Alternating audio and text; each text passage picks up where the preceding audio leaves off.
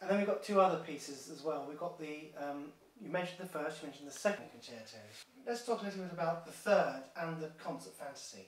Well, Tchaikovsky started writing a Sixth Symphony in E-flat major, and it didn't seem to work out very well. So he put it to one side and wrote another Sixth Symphony, which became probably his greatest work, the Pathétique Symphony. After he'd finished that, he went back to the sketches for this symphony and started to create a piano concerto out of it. And he finished the first movement, Allegro Brillante, and then he actually died before finishing the second and third movements. And they exist in a sort of short score. And Taneyev, another pupil and friend of Tchaikovsky's, actually completed those. I don't really like those movements very much, so I didn't feel compelled to play them, especially as they weren't really fully Tchaikovsky anyway. The first movement is probably, I hate to put these thoughts in people's mind, but it probably is the weakest of all these works among the four. But I absolutely love it because it's Tchaikovsky and it's got his fingerprints all over it. And actually, I think it works in a very special sort of way. If you don't linger with it and if you keep the tempo moving and find that vein of hysteria and of melancholy that's there in all of the other works, although it's probably the least melancholy, actually, of all of those later mature works. The concert fantasy, I think, is inexplicably neglected because it's a really wonderful piece. It's full of the world of the ballet, actually. I hear a lot of balletic music.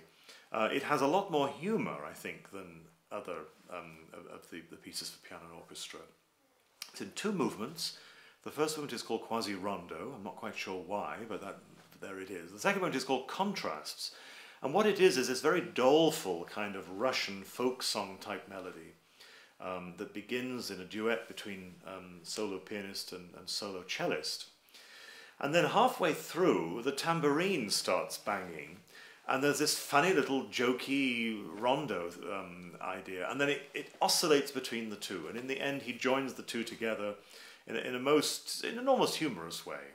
It's a very virtuosic piece, full of colour, full of lots of tambourine. In fact, there's more tambourine than any other piano concerto in this piece. It's going the whole time. The first movement is humorous too in a different kind of way.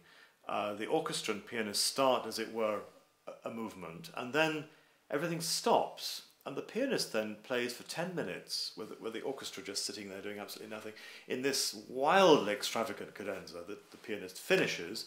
And then the piece starts again, exactly as it had started before. And then you get another little episode, and that's the end of that movement. So it's kind of funny, really, when this comes back again, because it's as if they've played a little bit, the pianist plays something totally different, and then the orchestra say, "Okay, thank you very much, we'll start where we did before."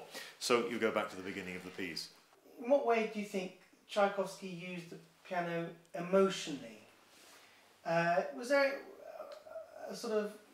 Did he use the piano in a way that related to particular emotion within him, do you think? Was it used to convey a particular emotion or a particular memory or something that was unique to him, and was it unique to his association with the piano? Well, I think what he did was to invent the late Romantic piano concerto, really. Right. There's nothing before the Tchaikovsky first that uses the piano in this kind of combination of high-powered virtuosity and emotion. You've got lots of virtuoso piano concertos before, of course. You've got Mendelssohn, you've got Chopin, you've got Liszt. But they don't use the piano with this emotional power that Tchaikovsky does. And after Tchaikovsky, of course, comes everything else. Comes Grieg, comes Rachmaninoff, really comes Prokofiev.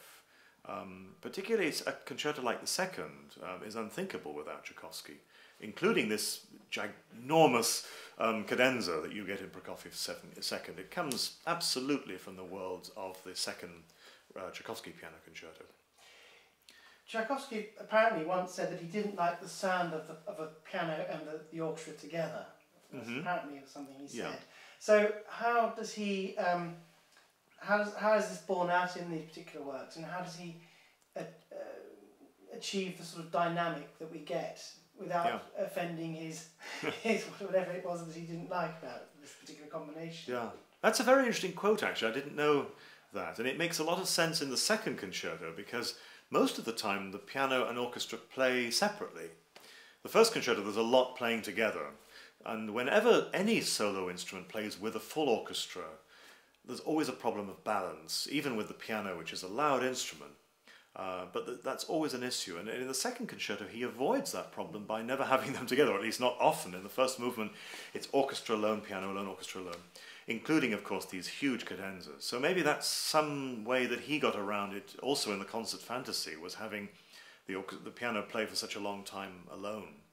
The piano was his instrument, wasn't it? I think it was the one that he was the most comfortable with. It was one which he tried pieces out on, sketched pieces on. He wrote quite a lot of piano music, although not a lot of serious works. He wrote potboilers, things to pay the bills, like a lot of composers. And we forget how much small piano pieces had, what a large market they had in the 19th century.